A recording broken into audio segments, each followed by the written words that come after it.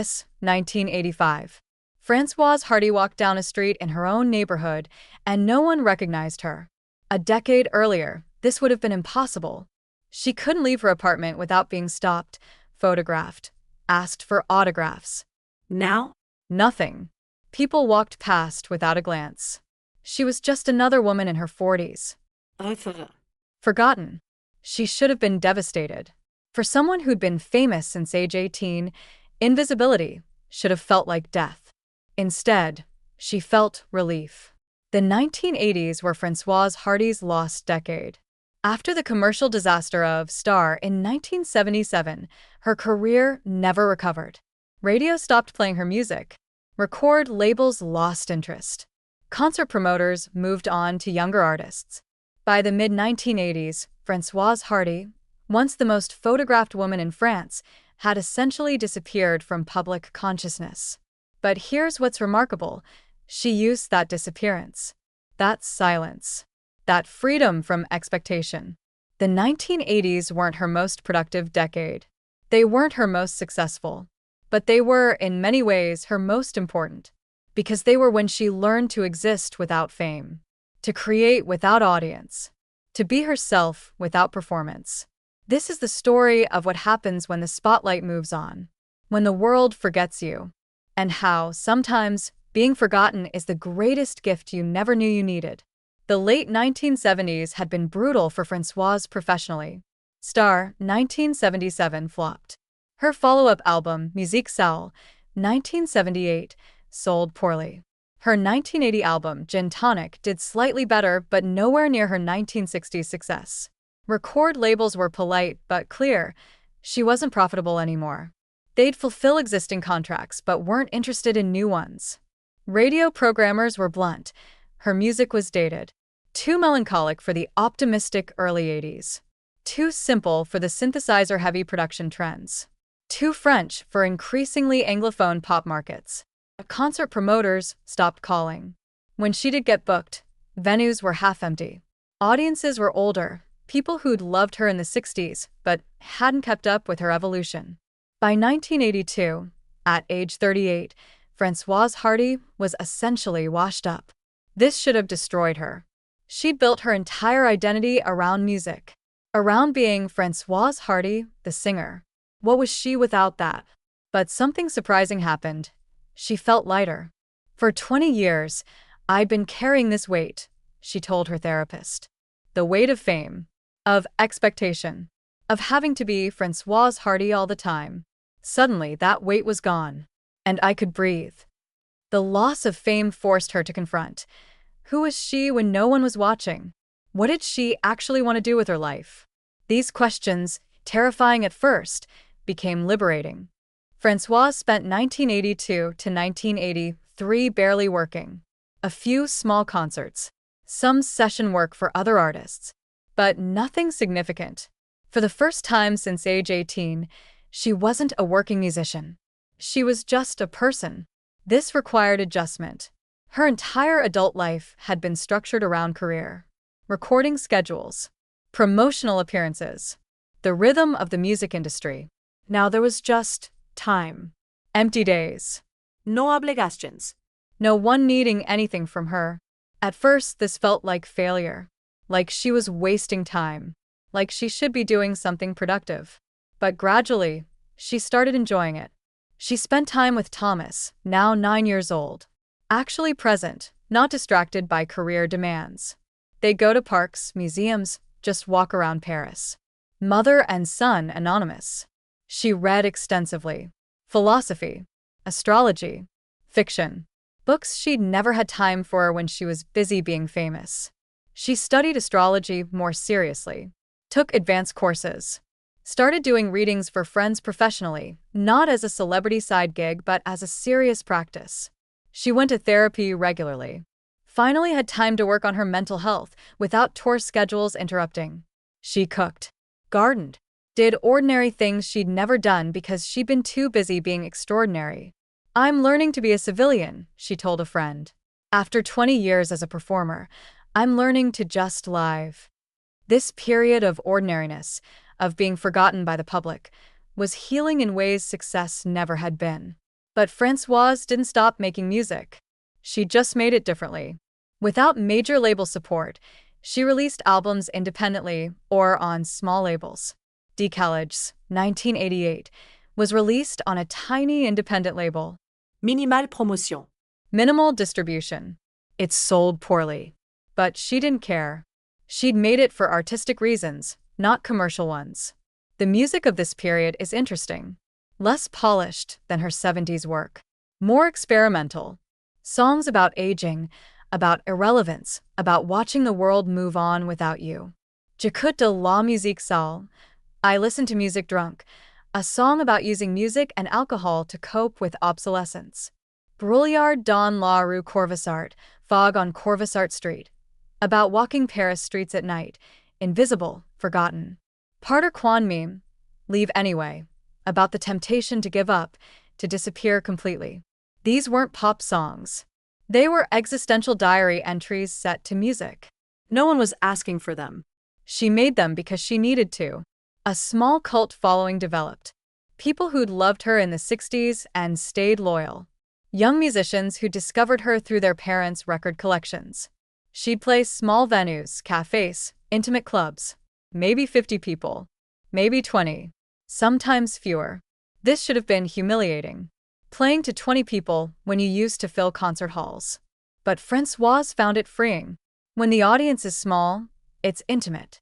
You're not performing for a crowd. You're sharing with individuals. That's more honest. She stopped trying to have hits. Stopped trying to be relevant. Just made what she wanted to make. In the music industry, this is often called career suicide. For Françoise, it was survival. Without the demands of fame, Françoise's personal life evolved. Her relationship with Jacques, always complicated, reached a point of resolution. They officially separated in 1988 after 7 years of marriage. But separation didn't mean ending. They remained connected, not as lovers, not as traditional partners, but as something.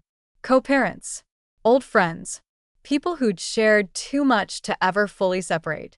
We're better apart, Françoise said. The pressure of being together was destroying what was actually good between us. Now we can just be. This mature acceptance, that you can love someone and still not be able to live with them, showed growth. The younger Françoise would have clung, suffered, written desperate songs. The 40-something Françoise just let go. Not coldly, but wisely. She also developed closer friendships during this period. When you're famous, true friendship is difficult. People want something, access, reflected glory, professional connections. When you're forgotten, people have no reason to know you except that they like you. Françoise found this refreshing. She made friends with other artists who'd experienced obsolescence. Painters, writers, musicians from her generation who were also navigating irrelevance. They'd meet at cafes, talk about art and aging and what it means to create when no one's paying attention. These conversations mattered more than any interview she'd done at the height of fame. Therapy helped. By the mid-80s, she'd been in treatment for depression for over a decade. The work was paying off, not in cure, depression doesn't cure, but in management. She was still depressed, still had bad days. But she'd developed coping mechanisms, new warning signs, had support systems. Most importantly, she'd stopped seeing depression as enemy. It was just part of her landscape, something to navigate, not overcome. I'll probably be depressed until I die, she told her therapist. I've made peace with that. Now the question isn't, how do I stop being depressed? It's, how do I live well despite depression? That's a better question. Let's pause to consider why this decade of obscurity mattered. On paper, the 1980s were Françoise's failure years. Lowest album sales, smallest audiences, least cultural relevance. But psychologically, spiritually, personally, they were crucial. Because they taught her something fame never could, how to exist without validation.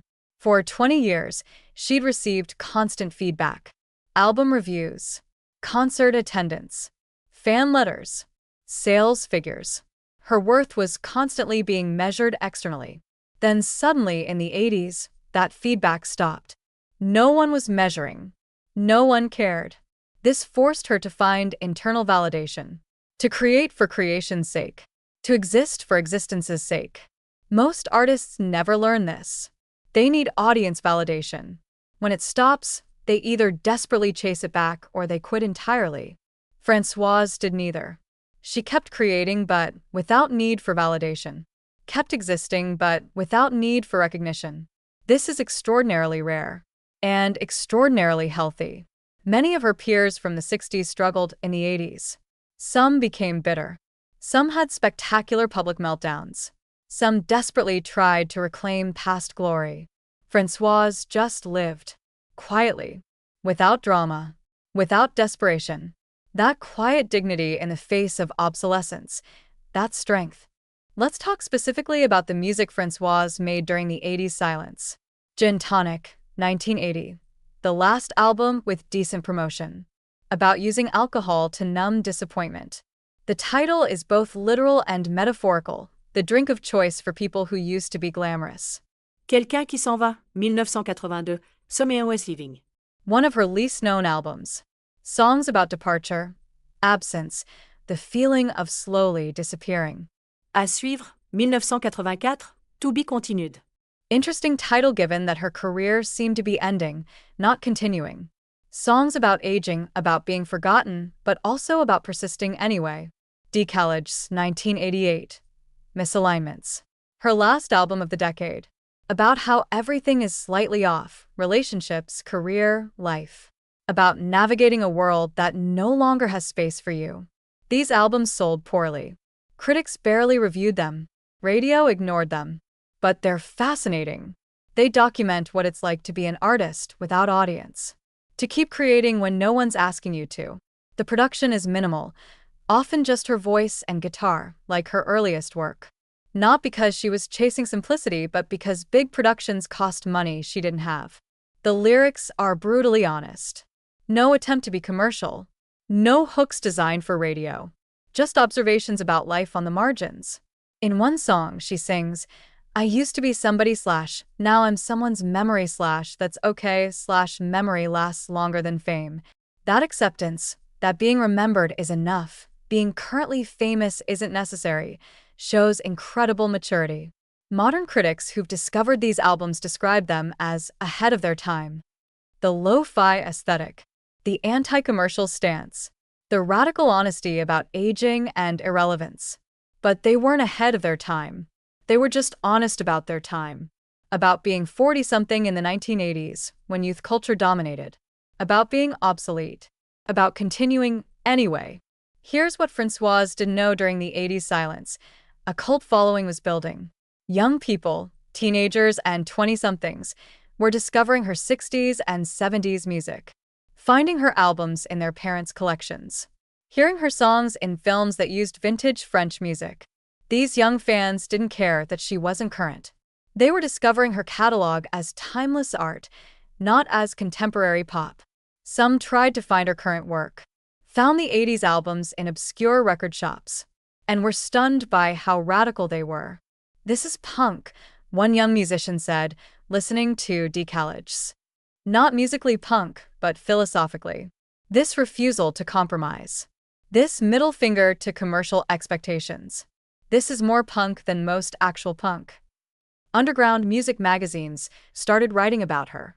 Not mainstream publications, those had moved on, but small zines, student papers, alternative music press, articles with titles like Whatever Happened to Françoise Hardy and The Lost Albums of a 60s Icon. Françoise was barely aware of this. She didn't read music press anymore, didn't track critical reception, just lived her quiet life. But a foundation was being laid. A new generation was discovering her, understanding her differently than the 60s generation had. To 60s fans, she was the melancholic girl singing about loneliness. To 80s/90s discoverers, she was something else, a woman who'd been famous, rejected fame's demands, and kept creating anyway. An artist who chose integrity over success. That narrative, the underground hero who refused to sell out, would become crucial to her 90s resurrection. But in the 80s, she was just living. unaware that her obscurity was becoming legendary. By the end of the 1980s, Françoise Hardy had learned something crucial. She didn't need fame. This might seem obvious, but for someone famous since 18, it wasn't. Fame had been her identity, her context, Her reality. she'd never existed as an adult without it. The 80s forced her to discover. Who was she without fame? Without validation? Without anyone watching? She was herself. Just herself. Not better or worse than when she was famous. Just more honest. More grounded. More real. Fame is a drug, she reflected in a 1990 interview, looking back on the decade. When you have it, you think you need it. You think it's essential. And when it goes away, you panic. You think you'll die without it. But you don't die. You just become real. The performance stops. The real person remains. That's terrifying at first, but ultimately liberating. The 80s also taught her about creating without expectation. When no one's expecting anything, you can make whatever you want. No pressure to repeat past success. No obligation to chase trends. I made my best work in the 70s when I had something to prove, she said. But I made my most honest work in the 80s when I had nothing to prove. Both matter, but honesty matters more.